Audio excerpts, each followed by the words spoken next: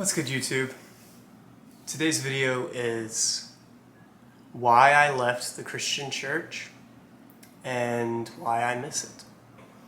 When I was a kid, I was 8 years old. My best friend from school invited me to Vacation Bible School. After I went to Vacation Bible School, I started going to church with him and his family basically 3 times a week. Wednesday nights, Sunday mornings, Sunday nights. His mom would pick me up in a Plymouth, like a Chrysler Plymouth or Plymouth Voyager, maybe it's called Plymouth Voyager. Okay, so this is the kind of details that I'm getting held up on. It was a little gray van. They would pull up in my driveway. I would run out. I'd be on the front door waiting on them. I'd run out. I'd get in the van. I'd say hello to all of my friend's siblings. He had a lot of them. They became my siblings, not literally, but in a way that I was so close to this family, they felt like they were my family. And so all of these days, I would be hopping in the van with them, and we'd go to church. Around the time I was 10 years old, after going to church for a couple of years, I decided, when you're 10, you're still a child, clearly. You're a tiny little kid, but you start to become a little bit more aware of things. If you don't believe me, talk to a 10-year-old. 10-year-olds are smart enough to know how to hurt you, okay? A 10-year-old once told me that I had really bad acne, and I was like, wow, you knew what to say, pal. You knew how to make me go home and hurt for a while. So when you're at that point in your life, when you're smart enough to know what you're feeling, you're interacting with the world, but you're still a child, you're able to make decisions, but you're not necessarily able to make mature decisions. But I made the decision at 10 years old to get saved, to commit my life to Christ, to confess that I'm a sinner, believe in God and Jesus as my Savior, and ask for forgiveness and for salvation. I also made the decision to get baptized. And a funny little story about this, I was baptized by a man named, I guess maybe I shouldn't say his name, but this man who baptized me, nice fella, did me in the water. I come back up, everyone claps, I leave. It's the beginning of the sermon, so that happens at the top. So I have to get changed and come back and sit in church with my wet hair and my wet clothes. But actually not with my wet clothes, because you're supposed to go into a room and change. And I brought a change of clothes, but I didn't bring a change of underwear because I thought that it would be bad to be naked at church. And I didn't want to take all my clothes off at church, so I just changed my shorts and my shirt, but I kept my wet underwear, so I sat in the pew for an hour with wet underwear through my Old Navy blue jean shorts. Anyway, I got baptized, and at that point, from then on, as I went into middle school, as I joined the youth group, church and Christ and this community, it became synonymous with me as a person. I think there are kids who grew up where I grew up in the Southeast, in the USA, who they go to church, but they're not really into it. It's just kind of a thing you're expected to do, and so they play that role. But for me, I meant it. It meant something to me, and I really, really committed to it to a degree where people would say, don't say that around Zach, don't mention that around Zach, because he's really in a church and he might be the one to tell you not to say that or to not be that way. As I got into my teenage years, Christianity was cool. To be in high school, when I was in high school, where I was in high school, you had to be a Christian really to be popular. And so I wasn't doing it for the popularity, but it was certainly a plus. It's like, man, I get all of these friends and all of these people who respect me because they know I'm a good Christian kid. I started playing music. I met a guy in high school who let me borrow an acoustic guitar, and he showed me a couple of chords, and then next thing you know, we're in a really really dysfunctional rock band, and cut off on me. Christian rock renaissance happening. Man, it was great. It was great to be playing this Christian rock music, to be listening to Christian rock music. It was a good time to be religious. I was having fun. That's the thing, is I think people on the outside look at Christianity and it sounds super boring, and to be honest, it can be, depending on your church, depending on your community. The music you're listening to me, to this day, a hymn does nothing for me. But even now, as an atheist, spoiler alert, I can listen to like a John Mark McMillan song, which is just straight up worship music, and be like, this slaps. You know what I mean? It's just musically, it's there's a formula to it for worship music, especially. Very obvious formula, but it works. It's great. They turn out beautiful, moving songs. And so I was having fun with church and being in rock bands and listening to cool music and playing basketball at my church, doing different activities at my church. You know what I mean? We would go to Dairy Queen a lot, but it was cute, and all the like teenagers are flirting, and there's, you know, all of this like just angst that's left in the room because we're all here with the same common denominator, which is we're all followers of Christ. And even though teenagers behave how they behave, there is something, you're grown enough to know what you believe in. And for me, I really sincerely believed in it. As I got older, I couldn't deal with the traditional church anymore. Like I said, hymns didn't do it for me. So I switched to this church. It had been up for a couple of years in my hometown. It was called New Spring.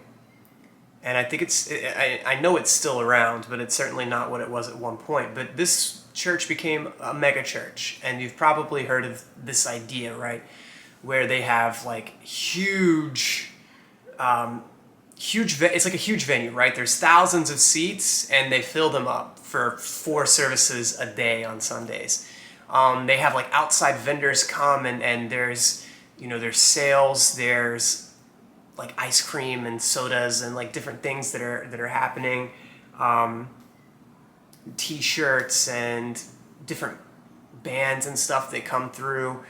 They have all these large TV screens. The pastor is incredibly charismatic, and he knows to make the right jokes, and he speaks to you like a person and not like a preacher.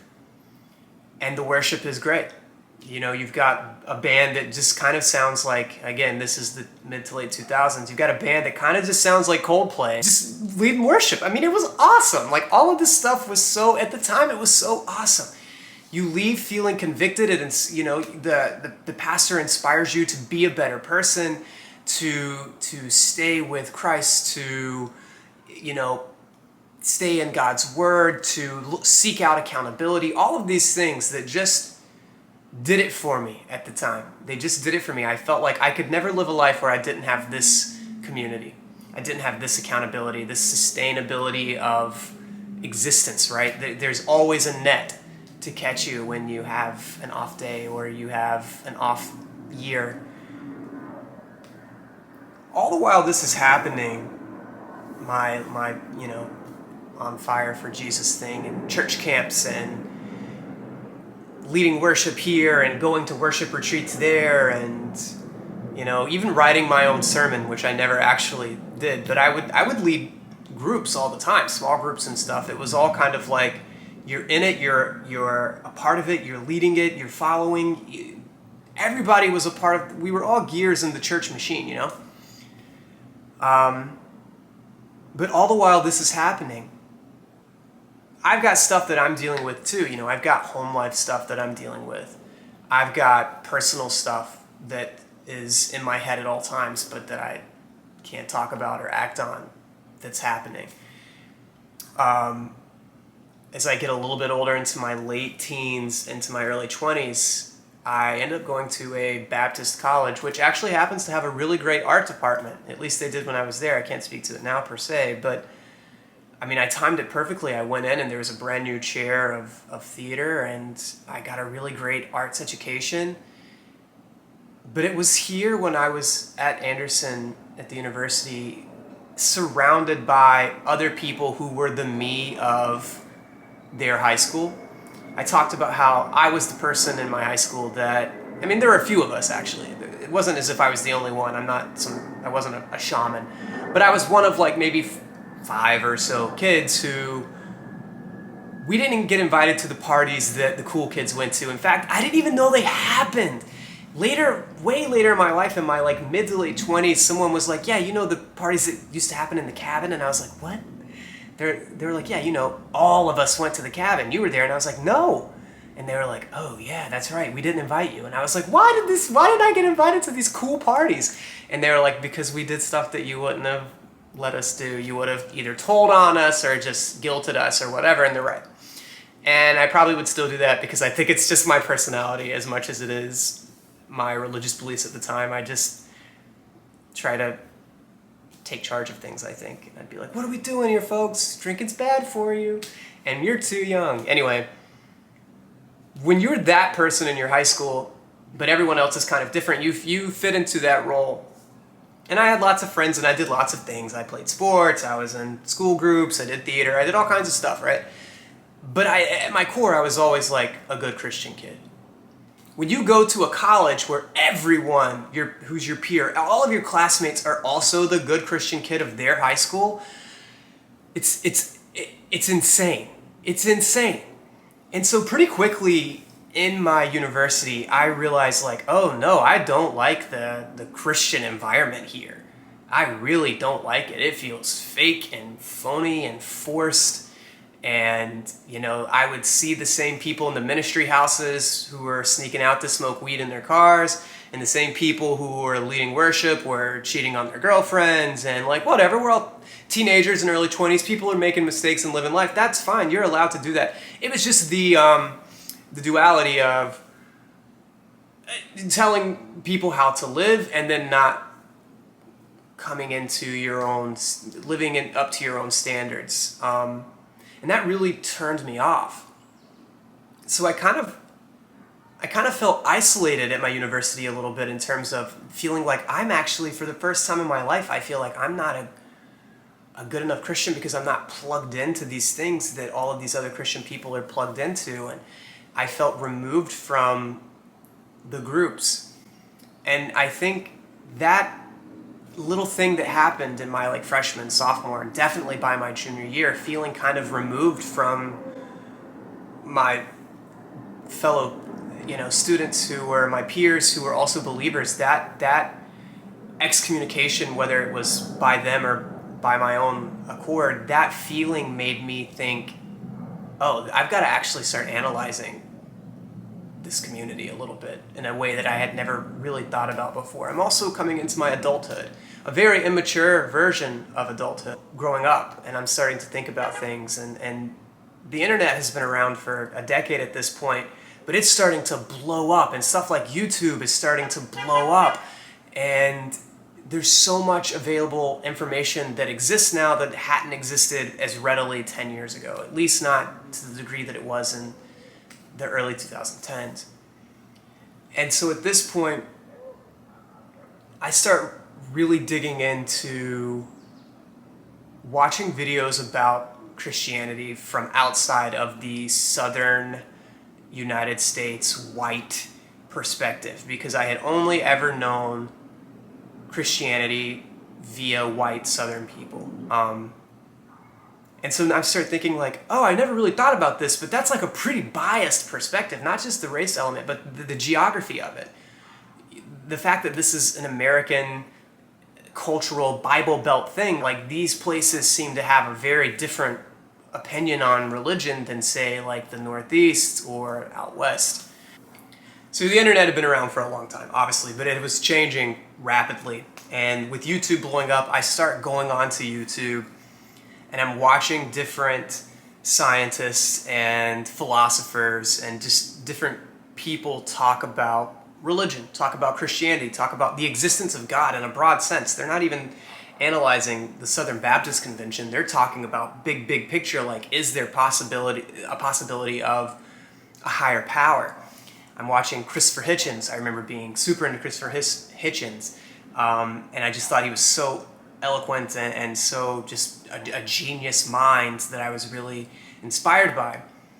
And I remember listening to Richard Dawkins and Stephen Hawking and Neil deGrasse Tyson and all of these scientists and people talking about the cosmos and evolution and these things that I had really never heard talked about the way that I was hearing talked about on the internet. And this is while I'm in my Baptist college. At the same time that this is happening, I start to feel like I'm kind of maxing out on how long I can support very loud. Sorry. I started feeling like I'm maxing out on how long I can suppress what I believe is my queerness, you know. And at the time, I would have never owned up to the word queer. Not at all. I would have denied, deflected, fought even. I mean, that's how, you know, homophobic and transphobic I had grown up to be. If someone called me a queer, I just would have been like, you want to go? You know, and just rolled my sleeves up. And that's shameful now. But it's also funny because, I mean, here I am in this dress talking about it. So it's like, it's sort of a silly thing a little bit now. But at the time, it wasn't silly at all. But I was feeling so bottled, so contained. And I think a person can only feel that way for so long. And I begged God for so long, and it actually makes me emotional to say it because it's a little embarrassing, and it just makes me sad to remember this version of me, a young version of me. But I begged God, I prayed and I prayed and I prayed, please God, I don't want to be this way, please, please, please, please don't make me want to look like a girl, to want to dress up, please God, I hate this, I really don't like that I like it, it's embarrassing, it's, oh, God, I did not expect to get emotional like that. I just really thought God would take that away from me. If I was strong in my faith and I, you know, stayed in the Word and I put my belief in Him, He would take this burden away from me. And it never happened. And as I got older and couldn't contain it anymore, I started to like shame myself over it and tell myself that it was fetish. This idea of cross-dressing at the time is what I thought of it as. And I would say, like, this is an evil thing, this is like a pornographic thing, and you've got to overcome this because God does not want this for you. And there's some of you watching this video who probably still think that about me. And that's completely how I felt, was that this was some sinful fetish lust thing that I had developed that I had to overcome. And I begged God, please, please, please, please take this away. And it never happened. I didn't want to lose the ability to be attractive to women. I didn't want to be trans. That wasn't even a thing people really were talking about so much back then. I mean, it existed, of course, but it wasn't, there wasn't hashtag girls like us, I'll tell you that. And so I just would take the little opportunities I was allotted to be outward about it in small ways. I would get my Christian female friends to let me wear their clothes and we'd do a bit out of it. I'd make it a joke, or I would, you know, it'd be so funny if you did makeup on me. That'd be so funny. Do my makeup. That'd be hilarious. And they'd be like, oh my God, yeah, let's do your makeup. And they'd put makeup on me. And I'm just kind of laughing. And, you know, my more macho guy friends are in the corner being like, why do you do this? What's wrong with you? Flippy hair.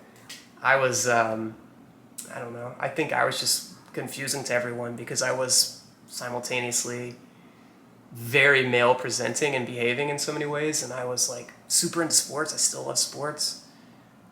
But I also had this other side, and so people were like, what's going on with him? And I remember my one guy friend being really just like not supportive of the whole bit. Like, he hated it, teased me all the time. But I loved this guy. He was one of my best friends. So at this point in my life, this is where I kind of get to the point where I'm questioning my faith, right? It's been my culture.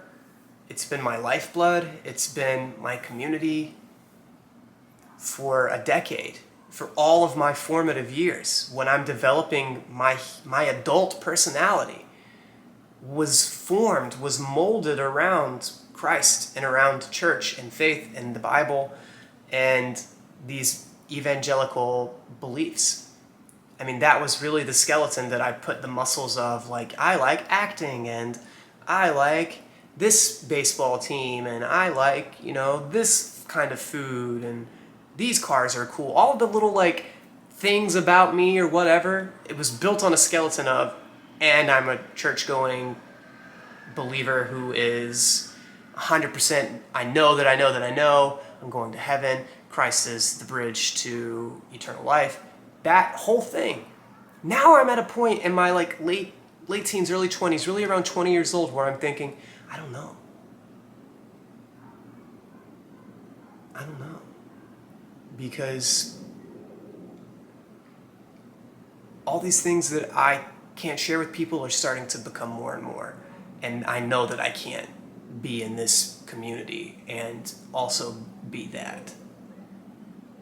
And I'm learning more about evolution, and I'm learning more about science in general. That sounds so stupid, like, wow, you didn't know evolution? No!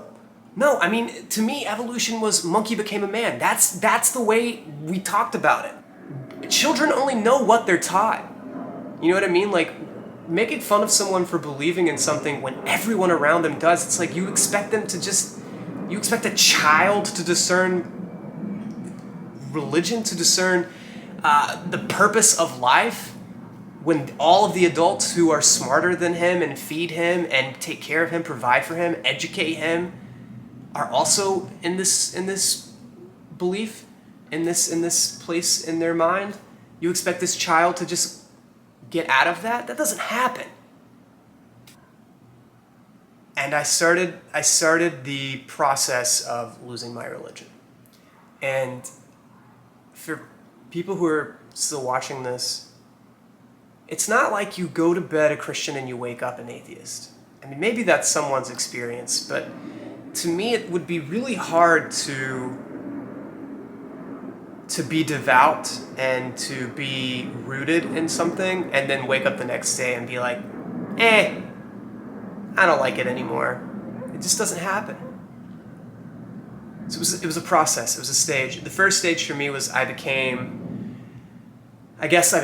what I would call a liberal Christian. I was also coming into the age of being able to vote for the first time. And as a child, I mean, children aren't political in the sense that they really understand what's happening, but they are political in the sense of they regurgitate what they hear people say in the community. So I remember in 2000, we did like a fake election in 5th grade about who we would vote for, Al Gore or George Bush. And I was like, George Bush, come on. He's a Christian. You got to vote for George Bush. He's a Republican. You got to vote for George Bush. So I'm getting to a point where the idea of being conservative politically or liberal politically is important to me. And so I became what I call a liberal Christian. Liberal Christian is a person who still believes in God, they still believe in Christ, they still believe in salvation, they still attend church, but they have some beliefs that maybe aren't in line with the beliefs of other folks in the community in the evangelical setting. For instance, they're pro-LGBT. They're pro-BLM, even though Black Lives Matter didn't happen then in terms of the movement. The idea of equalness, equality, the idea of there's a problem with race in this community in the South, that's something that a liberal Christian might be more strongly inclined to work on and to speak on than a conservative Christian who's going to act as if race has no place or no importance in the conversation at all, as if race is a non-issue when it is an issue. It shouldn't be, but it is. We have to acknowledge that, especially Southern evangelicals. So I became that. And I was like, yeah, you know what? I used to tell people that if you're gay, you should stop being gay. just stop being gay, dude. Oh, you're gay? Just stop. Don't be gay, dude. Because God doesn't want that for you. I was that person, and now I'm like, actually, I think God made them gay. I think God loves everybody, and God doesn't make mistakes. So God put them on this earth to maybe have a gay ministry, whatever. That's what I mean by a liberal Christian. And it kind of gave me a place to like excuse a little bit of my queerness, which was still very heavily under wraps at this time. As time goes on, several months into my liberal Christianity, I'm continuing on with my studies and on the internet and meeting people who don't have the same evangelical background as I did. And I'm starting to feel like they're making a lot of sense, and I'm more or less making excuses for my beliefs rather than truly believing the case of what I'm saying. So I stepped away from liberal Christianity into what I like to think of as the Bible as inspiration Christianity, which is the idea that these are all made up, like my experience, but I do think that people fall into these categories, but that's not like an actual terminology. The Bible is inspired is the idea that it's not verbatim, it's not 100% true, it's not inherently the Word of God, which people act like it is. I started to believe it can't be, it's not possible, there's too much human error, there's too much translation, there's too much politic at play in the era that it was written 2,000 years ago and longer, depending on what part of the Bible we're talking about. So there's too much at stake. There's no way this is inherently God's word. It just didn't happen. So we're going to have to take this as inspiration and that God is real and Christ is real, but all of these thou shalt nots and et cetera, are more or less just guidelines and not truths. I did that for a while, and then I kind of got into, I don't know if I think Jesus is real. And that was a tough one, because that's kind of when you step out of Christianity. But I wasn't ready to let go of God, so I started to think, I think Jesus was a man, and I think he was important, but I don't believe that he was God in the flesh. But I still believe in God, and I still believe in heaven, and I still believe in hell. I just think that it's not as cut and dry as Christianity has made it out. And then I kind of switched into, well, I believe in God, but maybe it's not a man in the sky. Maybe it's a universal higher power, this energy thing. You get into this like the celebrity Christianity or the celebrity religion, I guess, because it isn't truly Christianity. But this idea of like, there is something beyond, there is a heaven, you will see your family again on the other side. But it's not through Jesus, it's through loving oneself and the universe and energy and crystals. And I got into that, not the crystal shit, but but the other idea, the idea of like energy is never created nor destroyed. So, now that we're back after that rude interruption, yeah, this like celebrity religion, I kind of came into that mindset that there is something outside of our own existence, but nobody can know what it is, and be good to other people, and believe in shared energy, and when you die, possibly the energy inside of you, because it can't be destroyed, goes into a bunny, and you know, are now living a bunny life. Some sort of bastardized version of reincarnation meets, this circle of life, Lion King theology. And then I got to a point where I was like, no, I'm tired of working on believing in something. I don't believe in God. And at that point I realized it was done. There was no pieces of that community I had grown up in that I could hold on to. I mean, I guess probably around the Jesus isn't real, but I believe in God phase is when I stopped going to church. But even after I stopped going to church, I still wanted to be able to call myself a believer in something. I didn't want to be an atheist. Being an atheist is scary. I mean, atheists get you get the treatment of in media, maybe less so now, but growing up, I mean, if you saw an atheist on a TV show, they were a bully, they were a jerk, they were, I'm too good for something, they were, a yuppie who at the end of the day was proved wrong.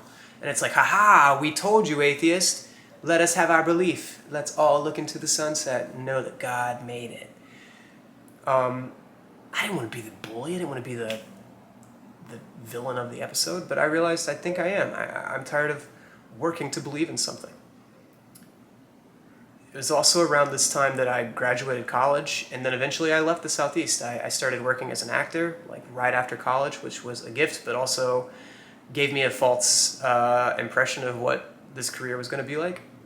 And as I was traveling, I left the Southeast for the first time, and I met different people from all over the country, and not a single person was an evangelical. There was one or two people who may have had some form of religious belief, and then everyone else was pretty much agnostic or atheist. And it was great. At the time, I loved that because it was validating for me to be out of this little bubble. And I do think I do want it to be known. If you are a Southern, white, evangelical, Baptist Christian, who's never left that part of the world, it's a little bit hard to take your faith seriously. If you're from the South, you've only ever been in the South, and you know that you know that you know about your faith, etc. I'm not questioning your faith. I'm questioning, or your belief in your faith. I'm questioning whether your faith is founded on anything other than geography and community. And that's a fair thing. If people seem to really believe something in an area, but not necessarily in other places, it's fair to say, like, well, what is it about that area that makes people believe that thing? So I was outside of that now for the first time, and I was meeting people from all over the country. I was in the professional acting world, which I'm not saying that it's a bunch of heathens running around, but it is oftentimes filled with folks who are free thinkers. And I mean, I consider myself a free thinker, and so, you know, being in that environment, it felt validating. And I remember meeting a guy there who's consequently still one of my best friends, and that is a consequence of knowing him. He becomes a best friend. I love this guy so much, but I remember he and I were drunk. I haven't drank alcohol in years, but at this point in my life, I had never drank because I was so, that's another thing. There's so many things that I didn't know how to do because I resisted for religious purposes. So when I finally started drinking, I had no idea how to pace myself. I was in my 20s when I started drinking, and I was just like, yeah, well, I'm not a Christian anymore, so I'm gonna get fucked up. And so he and I were fucked up, and stupid macho 22-year-old fucking bullshit. Anyway, we saw a Bible on a bed, and we both just like went up to it, and we were like, fuck you, like giving it like flipping off the fucking Bible, being like, we hate you, you ruined our lives. So that's what came after I finally said, you know what, I can't do religion anymore, I can't do Christianity. I was angry. That's silly. I mean, this is I guess a bit of comic relief, but it's true. Like, I was angry at God. Like, I didn't get to swear. God, I could have said so much funny shit in high school if I had just been like, fuck you, but I wouldn't say that word. And I'm like, God, man, there's so much just hilarious things. Like, do you know how not funny it is to rap or to sing Dick in a Box and not say dick? Do you know how unrewarding it is to rap Lazy Sunday at the peak of SNL in 2005, and you can't say snack attack, motherfucker? Do you know how disappointing it is to have to say snack attack, mother lover, mother trucker? Get out of here, man. If I had been an atheist, I would have said motherfucker, and I would have enjoyed it. That's where my brain was. Okay, all that's goofy, I know, but that's how I felt. I didn't have sex. I don't know how to drink. I miss out on years of just being a free-thinking, free-minded individual because of you, God. And so I was angry, and I kind of took my evangelical brain, my Great Commission brain of let's witness to the rest of the world, share your testimony, bring others to see the light of Christ. I took that mindset, but with atheism. And so I was like constantly letting people know, like, have you heard the good news of not having a Lord and Savior? Like, have you heard the good news of listening to Korn? Like, I don't know. I just really felt like I wanted people who were Christians to stop being Christians. I was like, if you're a Christian, you're dumb. And if you're a Christian, I hate that for you, and I want to offer you something better. You could do anything because nothing is real. And I just, and then it's like you get this moment of like this bliss of like, I'm free. But then you're not free, because even though I didn't have faith as an obstacle, I had dating, I had general like societal pressure, the gender expectations that a man is supposed to look a certain way, behave a certain way, be strong, be handsome, etc., etc. And I wasn't ready to disrupt that thing yet. So I lost my religion, but I still wasn't my true self. I wasn't truly free. You're still plagued by societal norms and expectations. And as time went on, the bliss wore off, and I started to feel really, really sad. Because I started to have this idea, I just fell into existentialism. And I got more and more trapped into just this nihilistic existential belief in the world. And I mean, to some degree, I do think that that is kind of what it is. Things in my life started to get really difficult. I came out, I met a girl, didn't work out with the girl, I went back in the closet, which is, I think, a unique perspective to come out and then retract. That was heartbreaking for me. And then the hardest thing that's ever happened to me in my life happened about 2 months after that. I found out my grandmother had cancer. I made a whole video about this like 2 years ago. It's on my channel. It's called Bubba Stories. And then I watched her die. And then 7 or 8 months after she died, my grandfather was diagnosed with cancer, and then he died. And I only had half of a family to start. I only had a mom and that side of the family, so I lost my mom's mom and my mom's dad, my grandparents, whom I was very, very close with in the same year. And I just lost my mind, and I felt so deserted and so lonely, and I didn't have God at that point in my life, and I hadn't had God in years, and I didn't even think about it anymore. In fact, I found it upsetting when people would say to me, oh, you'll see her again, or she's in a better place. I still don't like that. I think people need to be careful with saying stuff like that, because when you say it to someone who doesn't share your worldview, doesn't share your belief on the afterlife, it can come across as condescending. And then it's like, now I have to respect your beliefs that you've inserted into my trauma, my grief. And that's pretty selfish. I know people don't say it thinking that, you know, connecting those dots that I've laid out here. People say it thinking that it's comforting, but it isn't to me. Because I'm not going to see her again as far as I'm concerned, and that's heartbreaking. It's, you know, moving on. I don't want to dwell on that, keeping this about why I left the church. At this point, I'm at the lowest I've ever been. I'm desperate for attention. I'm desperate for affection. I'm desperate for having a companion. I wanted a partner because I just felt so lonely. And so I think I was coming across as very needy and desperate, and that's not a good look. And I tried to go to LA and like start my life over, and that didn't work out. And I was so lonely. I was at sort of like a rock bottom place. And so it took a couple years to kind of come out of that, and I have, and I've re-come out. And I've gone to therapy, and it's just been time. That's the biggest thing. There's been time, and to some degree, time heals all wounds. So now I'm at a point where I've had so much distance from the church and from Christianity, where I really look back on my childhood and my adolescence, and I think those were some of my favorite years, not because of the usual, like, oh, I didn't have to pay bills, and I just went to school, and school's easy compared to working a job and, you know, trying to make it in New York City. That's a lot tougher than, you know, world history in high school. There's right and wrong answers in world history. You can just memorize a date, and making it in a career as an actor in New York, there is no answer. You just press along. I miss the idea of blessed assurance, right? The idea of there's more than this. The idea of I will see my family on the other side, that I will go to paradise when I die.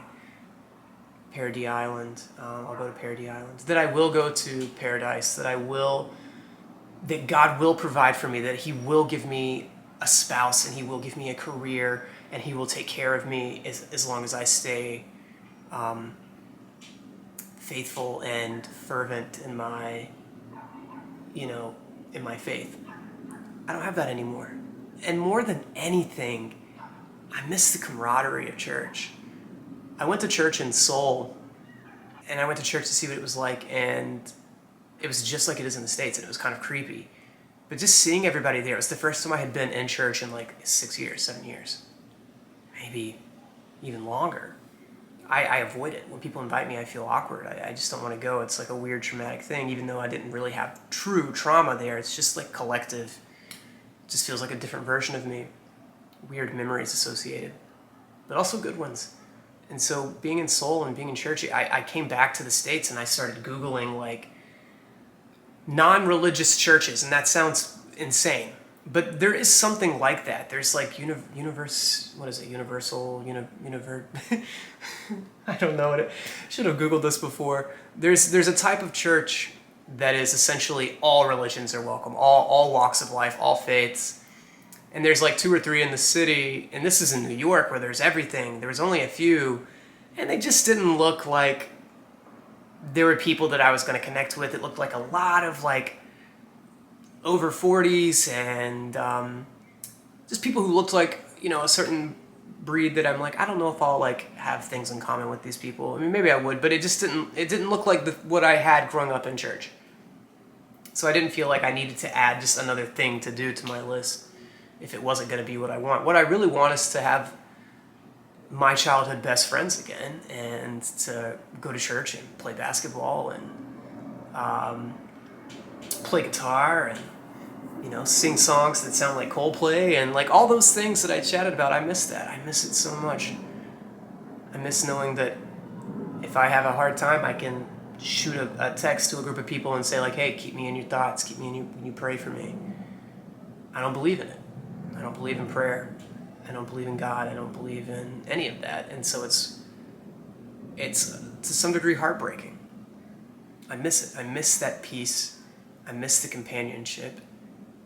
But I can't force myself to believe something that I don't believe. I think it would be unfair to the people who are there as well. Like if I were to walk in walls and smile and shake hands and give hugs and say to everyone how much I miss them, and it would be true. But then would come the part of like, glad to have you back. Let's talk about, Obadiah.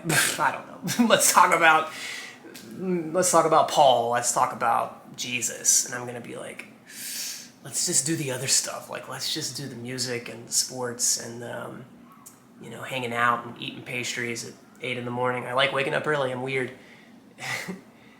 And I miss the way that felt. I miss having those people in my life. But I can never go back. So I just keep hoping that something like church, something like that will come into my life again, that I can have community.